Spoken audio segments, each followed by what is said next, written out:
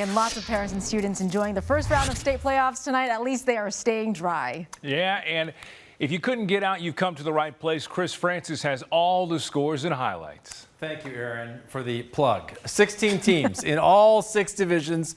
Everyone looking to raise that gold trophy 3 weekends from now. Tumwater, they've done it before, and they were a favorite again tonight, but they did not win their conference this year, which is a bit unusual for the T-Birds. Cedro-Woolley, their opponent tonight, well, right away, the Cubs served notice. Up 8-0 when Karsten Reynolds threw a perfect bomb to Jaden Lee. Yeah, he caught it in stride. T-Birds did wake up after that, down 14-0. You'd think they would. Alex Overbay hits Brady Perthrero, the broken tackle, and he is gone. But Reynolds was dialed in tonight. No throwing on the next possession, a short keeper. It was 30-7 at halftime. Tumwater scored 2 late touchdowns, but you know the saying, too little, too late. Cedro-Woolley with enough defense late, and the Cubs are moving on. We've had a great comeback second half of the season, and we were just looking forward to coming down here and playing our best football against a really good Tumwater team. I'm proud with this whole team. This whole team came out ready to play, a lot of passion, a lot of energy, and we just gave it to them. They certainly did. The Cubs will face WF West next week after the Bearcats beat Ephrata tonight. That should be a great showdown. And we're back with more highlights after this quick break. Stay with us. And we are back on the KIRO 7 High School Football Report presented by Zoom Care. Tomorrow is a big day for those in the 4A ranks as 6 of the 8 matchups are played then.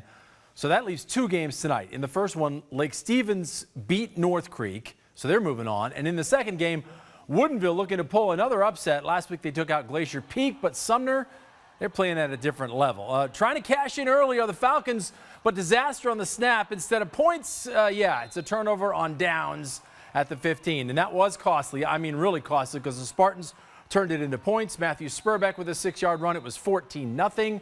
Woodinville is still in the game just before the half, but a tipped pass ends up in the hands of Cade Gindra. He went 43 yards the other way, and that set up a Caden Malisis touchdown catch. Spartans, they're going to move on in the next round of the playoffs, and I think they're going to move on further than that. 31-0 the final tonight. Only a few games in 3A this week, starting with the Peninsula Seahawks against O'Dea. Seahawks did have upset on their minds, down 6-0. Peyton Knowles to Brady Laybourne, who gets into the end zone. The extra point gave Peninsula an early 7-6 lead, but they are going to need a lot more than a touchdown against the Irish, because you know they've been scoring in bunches all year long. Christian Wynn going into the end zone, 19 yards. How about 42 points for the Irish tonight? Clearly one of the 3A favorites, but they will face a big test in the next round from Stanwood. And there were only 2 other games in 3A played tonight. Stanwood beats Mount Spokane, and Ferndale crushes Kelso to advance as well. Meanwhile, back to the 2A ranks, Olympic visiting Enumclaw. The Trojans, they've got size, but the Hornets have balance on offense. Gunnar Trachty to Bo Dodds. He powers around the defender for a score. In the second quarter, they turn to the ground game, which means a big dose of Emmett Otero. Third down, no problem. Just drags tacklers right into the end zone. Next possession, same guy, Otero. This time not a short run, but a little further out. How about 41 yards? No dragging guys this time. He just runs past them all. They will face the winner of tomorrow's Washington-Othello game. So good stuff from Enumclaw. A few more 2A scores. Anacortes beats West Valley Spokane. They'll face North Kitsap next after the Vikings beat Fife tonight. Don't go anywhere. We're back with some more highlights right after this quick timeout.